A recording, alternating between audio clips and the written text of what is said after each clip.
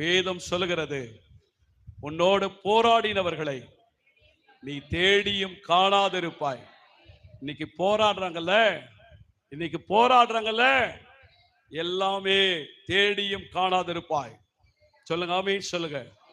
அல்லேலூயா. எந்த கட்சிக்கும் நான் சொந்தமானவர் அல்ல. இது தமிழ்நாட்டில் ஒரு முதலமைச்சர் இருந்தாங்க.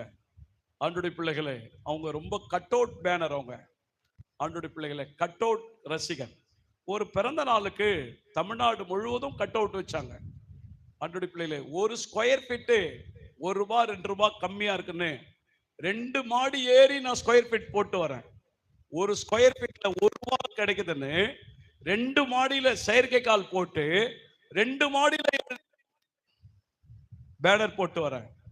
நான் வந்துட்டே இருக்கிறேன், எங்க பார்த்தாலும் பேனர். என்னப்பா பேனர்? இந்த குறிப்பிட்ட முதலமைச்சருக்கு